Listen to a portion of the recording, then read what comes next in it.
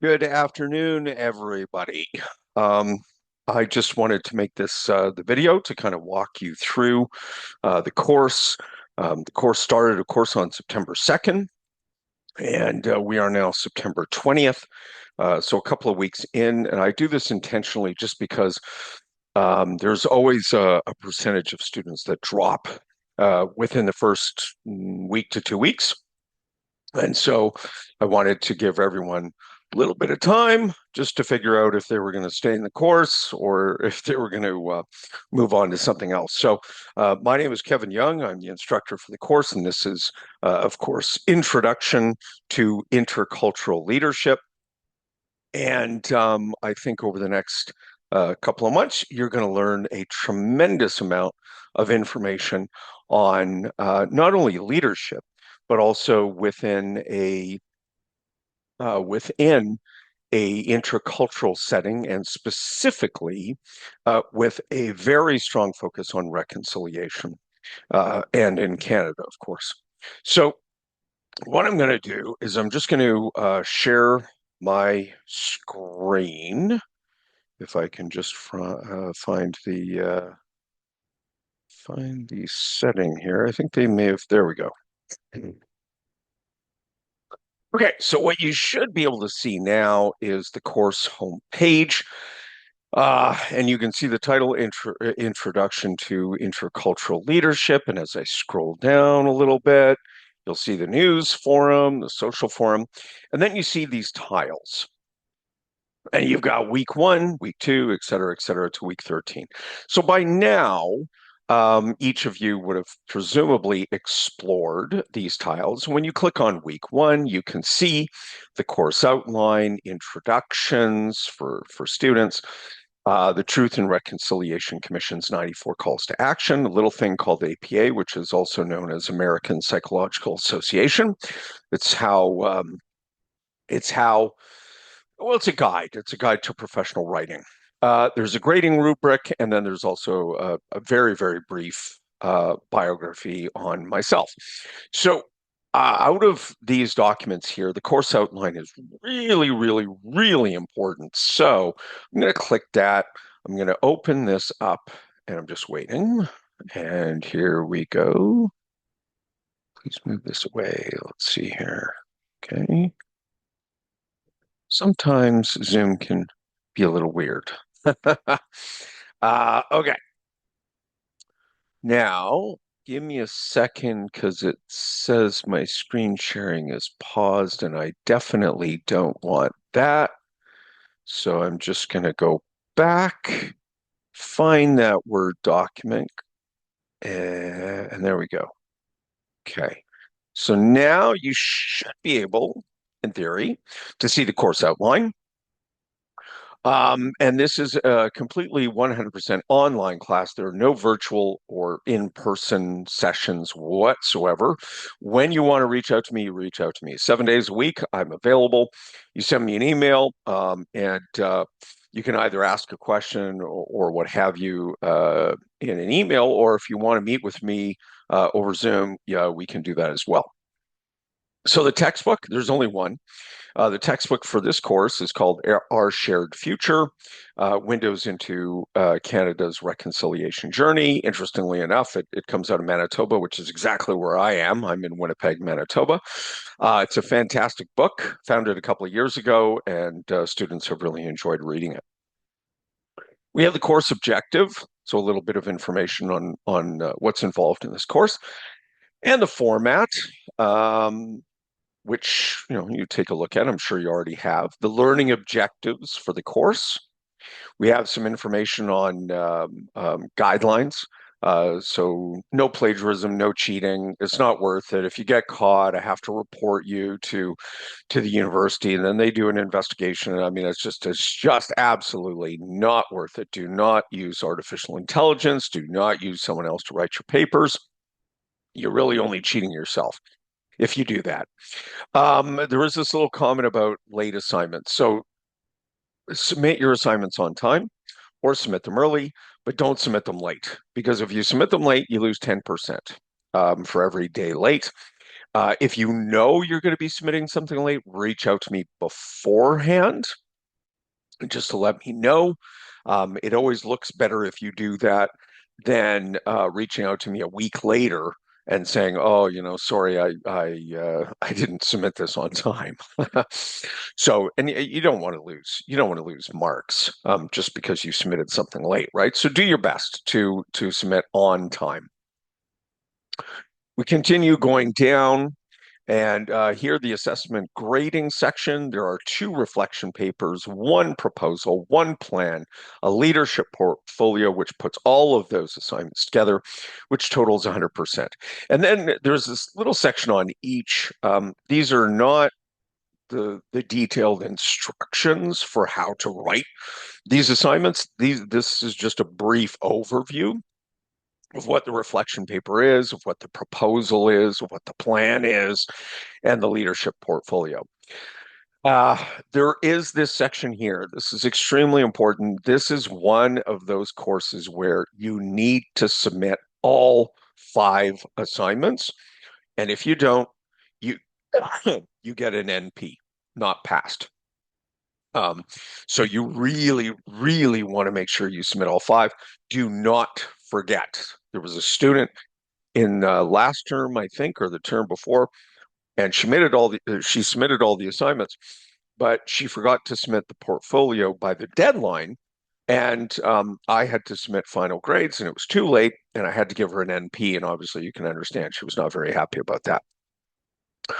There is this highlighted section, and what it says is in-text citations and references following APA style are required for all assignments. And the course textbook, in other words, Our Shared Future, is the primary source for your citations. But you can use other readings and viewing materials as your secondary sources. You can also use additional materials, but these are all secondary, okay? So the primary source of your information comes from Our Shared Future, the textbook for the course. And if you're not sure what citations and references mean, go back to week 1 in that tile and look at the APA documents. There's even a sample paper on APA and how to write and include citations. And if you have questions on anything, citations or anything at all, feel free to reach out to me. We scroll down, and here's the schedule. So, you look over at the assessments, you don't have anything due until October 4. And today being September 20, that means there's still another 2 weeks before anything is due, which on one hand is great. On the other hand, it leads people into a false sense of security where they're like, well, I don't have anything due until October 4th, so I think I'll just sit back and relax. And that might work for students who do extremely well the night before, but writing papers. But for students who don't and who really feel the pressure, it makes sense to start now if you haven't already. So in other words, read the textbook. You can see in each of the weeks, it says read Our Shared Future, Chapter 1, then Chapter 2, Chapter 3, and take a look at the other materials within each week so that, so that you're preparing yourself. Week 4, which is next week, well, I guess it's coming up, September 2 to 28, there are some leadership surveys. The idea is you complete them over the next 7 to 10 days, but you don't submit them. You submit them at the end of the course when you submit your portfolio. So the idea, again, is complete the surveys now, early on in the course, but you don't submit them until the end of the course. And this allows you for a comparison of what you know now about leadership versus what you will learn over the next 12 weeks or so. So as I said, the first assignment is due October 4. We scroll down. The next assignment is due October 25. Then the next one is due November 8.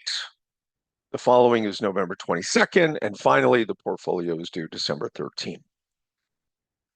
So I would suggest putting those deadlines into your calendar. and keep an eye on those deadlines. And then, as I said, keep reading and viewing all of the materials so that you stay on top of things. Okay, so I'm going to close that Word document and I'm going to go back to the course home page. So this is still week one. This is that link that I was talking about, APA, or American Psychological Association. Here are the two documents. One is a kind of a cheat sheet or a summary sheet of what APA is. And then there's a sample APA paper. And if you open that up, you will see in each paragraph, you will see what is called the citation. And basically, in parentheses, you have an author's last name, like my last name, Young. And so you'll see Young, comma, say 2012. And 2012 is the year that the article or the book was published. And so the whole idea behind citations is when you read information and you learn information and you go ahead and you apply that information in a paper of yours, because it's not yours, because you learned it from someone else, the whole idea of citations is you're giving credit to the author who taught you what you are now applying. That's the whole idea. And if you don't include citations, basically, you're plagiarizing because you're taking information from our shared future or from a video or from another reading material within the course. You're learning it, and then you're applying that information in your paper. But if you're not citing it, you're not giving credit to the author who actually gave you that information, and that would be considered plagiarizing. So take a look at that sample APA paper to give you an idea of, what APA actually looks like. So to close the tile, you just click on the side. Week one closes. You can go to week two, and so forth and so forth. We have week three. We've got readings and an article. Well, actually, I think that might be a website. Yeah, that's the website National Truth and Reconciliation. Week four opens up some readings. Here are those surveys that I was talking about. The idea is to get them done this week, but not submit them until the end of the course. And if you click on week five, this is where the very first assignment shows up, reflection one. And if you click on that, here are all the instructions telling you it's a 500-word essay, which is generally about 2 to 3 pages. It tells you, number one, do this, number two, do this, and number three, do this, right? And actually tells you how many words approximately to put into your paper. And so, I can see no one has submitted. That's quite normal. It's not due for another 2 weeks. But that's essentially it. Those are the instructions. And this is exactly what you're going to find for all of the other assignments. The instructions are written right into the week. So I believe the next assignment falls under week 8. And if we click that, there is the action proposal. We click it, and here are all the instructions for that proposal. Okay. So, part of the problem is, I suppose, in my experience, is students sometimes don't feel very comfortable navigating. But as you can see, it's relatively easy. You can just move from week one to week two to week three. I think a lot of it just has to do with preparation. And the more you are on top of having the textbook, obviously, which is extremely important, reading the textbook, and then as well as the other reading materials. And if you can actually start working in advance of a deadline. So in other words, the first reflection is due October 4. If you can actually start working on that maybe in the next week and drafting a response, you don't have to finalize it, but start working in advance, because if you do that, you take some of that pressure off.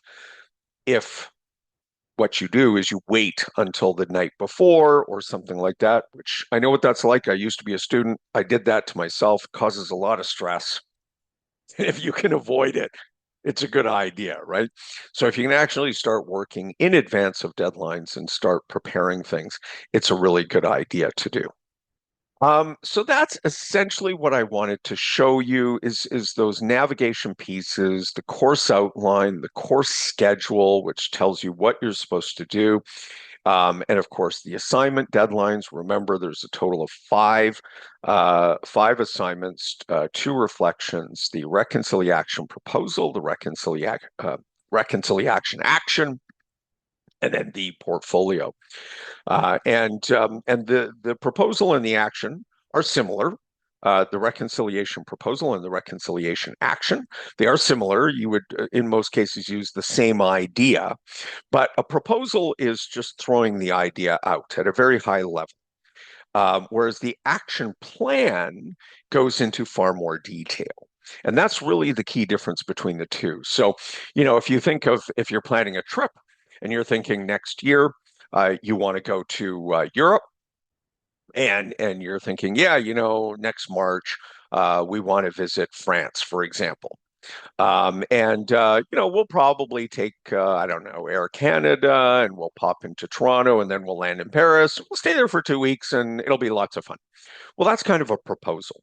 But as you get closer, maybe now we're in next year, we're in January, and you're realizing you have the money, and this is something you really want to do, well, then that's when you have to start planning in detail. You have to look at flight costs. You have to look at when the flights are leaving. You have to look at where you're going to stay, which hotels, and what activities you're going to be doing, and et cetera, et cetera, et cetera. So that's really the difference between a plan, which provides all of the necessary details for you to take action, or a proposal, which is, this is what I'm thinking of. It's high level. There's some details, but it doesn't go into the same level of detail as a plan does. Anyways, that's essentially what I wanted to do was provide you a brief overview of the course. As I said, you're going to learn a lot about the history of Canada. You're going to learn about residential schoolings or schools, the 60 scoop, the 94 calls to action.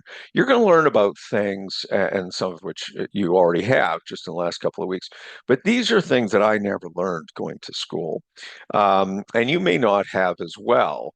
And so, for me, going in junior high and then high school and university is a little bit different because you choose your courses, but in high school and junior high school, where the education is prescribed, it's part of the curriculum as required by the province. There was absolutely nothing on Canada's history regarding residential schooling. There was nothing.